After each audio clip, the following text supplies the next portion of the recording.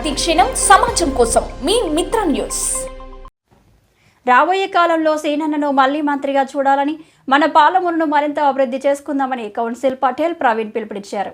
ఆదివారం స్థానిక BRS party కార్యాలయంలో ఆయన మాట్లాడుతూ తాను ఎప్పుడు కూడా కౌన్సిల్ అని అనుకోలేదని, సీనన్న తమ్ముడిగానే ఉన్నారని ఆయన గుర్తు చేశారు.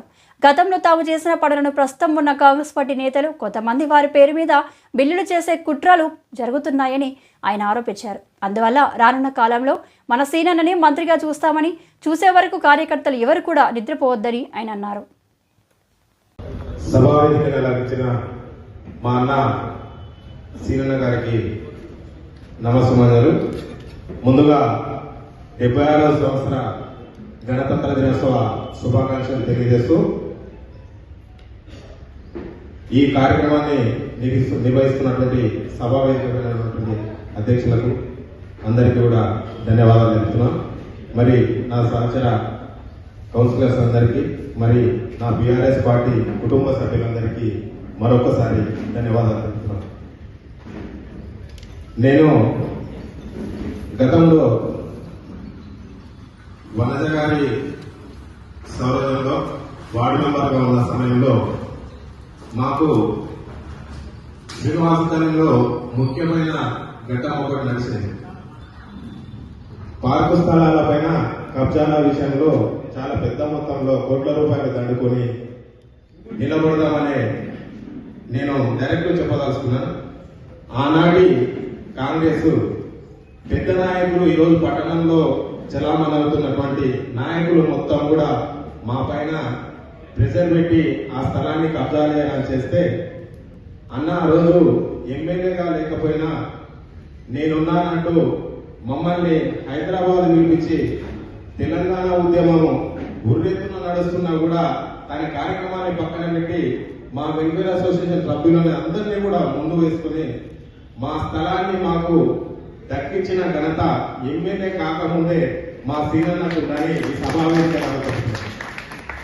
ఎందుకంటే ఆ రోజు ఉద్యోగరీత్యా మరి ఉద్యమంలో ఎంతో ముఖ్య పాత్ర వహిస్తున్నా కూడా నాకు మహబూబ్నగర్కు సంబంధం లేదని పక్కన పెట్టచ్చు. కానీ నా గడ్డ నా ఇంటి వాళ్ళు వచ్చిర్రు, వాళ్ళని ఏ రకంగా కూడా సంతోషపరిచి పంపాలన్నదే అన్న ఉద్దేశం.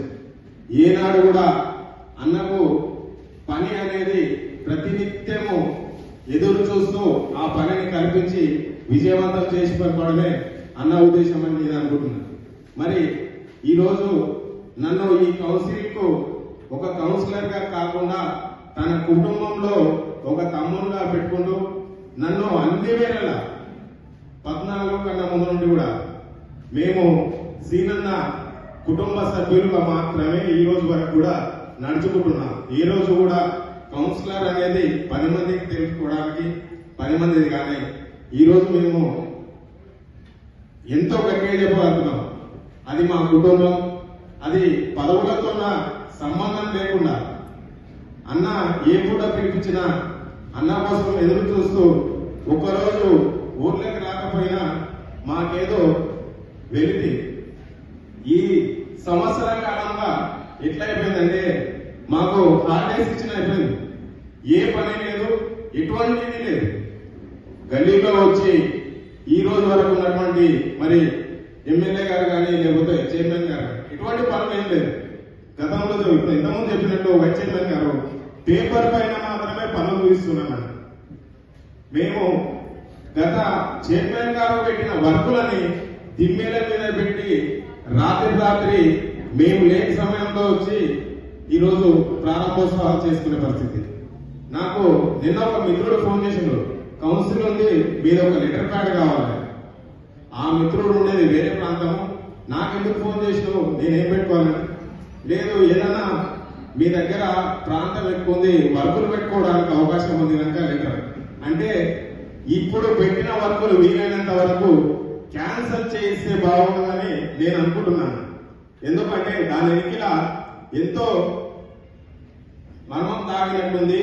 మనం చేసినటువంటి వర్క్ల పైన మళ్ళీ బిల్లు చేసుకునే రకంగా కూడా వాళ్ళు ప్రిపేర్ చేసిందని మేము అనుకున్నాము. అక్కడ చూసిన దాన్ని బట్టి చూస్తే వీలైనంత వరకు తప్పుల తడకగా నడుస్తున్న మళ్ళీ మున్సిపాల్ని చక్కబెట్టాలంటే అన్న ఖచ్చితంగా రాబోయే కాలంలో మళ్ళా మంత్రిగా అడుగు పెడతాడు. అడుగు పెట్టవలసిందే. ఈ పెట్టకుండా ఈ ఊర్లో ఎటువంటి కార్యక్రమం కూడా నడవదు. ఎటు చూసినా మరుగున్నారు. మయూరు పార్క్ దగ్గర నుండి అటు మల్లెకొండ వరకు తల ఎత్తితే దించకుండా పోయే కార్యక్రమాలు ఉన్నాయి. మనం ఎక్కడ కూడా మా అన్న ఇది తప్పు చేసిండ్రు అని చెప్పుకునేది కాదు. 100 రకాలుగా బల్లా బుద్ధి చెప్పే పరంగా మనం చేసిన పనులు మన పట్టణంలో కలుస్తున్నాయి. ఎక్కడ చూసినా కూడా ఈ చౌరస్తాలు కానీ, రోడ్ల విషయం కానీ, పార్కుల స్థలాలు కానీ, శిల్పారామం కానీ ఒకటి కాకుండా అన్ని రకాలుగా ఈరోజు బైపాస్ రోడ్డు మనం చేస్తే కూడా వాళ్ళ మనసుకు తెలుసు ఇది ఏ రకంగా నడుస్తుంది, ఎవరేసింది. నేను ఎన్ని రకాలుగా చూసినా ఈ రకంగా నడుస్తున్నాయి కనుక మనము ఏకతాటి పైన నిన్నటి వరకు మనతో పాటు మురుగునీరు చాలా జమైందే. ఆ మురుగునీరంతా వెళ్ళిపోయింది. ఈ రోజు అన్నయంపడి ఉన్నది మంచి నీరు, మంచి వ్యక్తులు ఉన్నారు. మొదటి రోజు ఏ రోజైతే ఎవరైతే ఉన్నారో ఆ వ్యక్తులు అన్నయంపడి ఉన్నారు.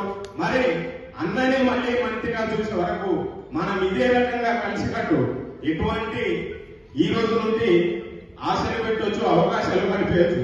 అయినా అవన్నీ పక్కన పెట్టి అన్న కోసం పనిచేస్తామని ప్రతిజ్ఞ చేసి ఉన్న 10 మంది అయినా సరే పక్కన బందీగా చేద్దాం.